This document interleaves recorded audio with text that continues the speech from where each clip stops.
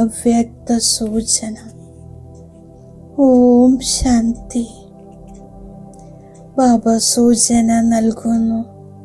സദാ അചഞ്ചലവും ദൃഢവുമായ ഏകരസസ്ഥിതിയുടെ അനുഭവം ചെയ്യൂ.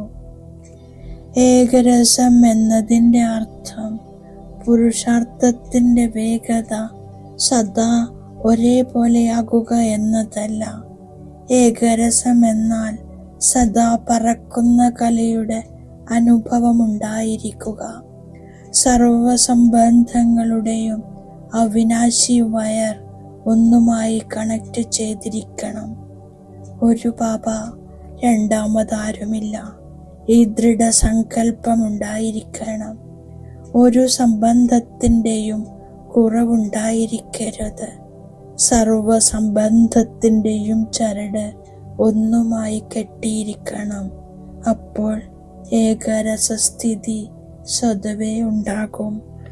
ഓം ശാന്തി.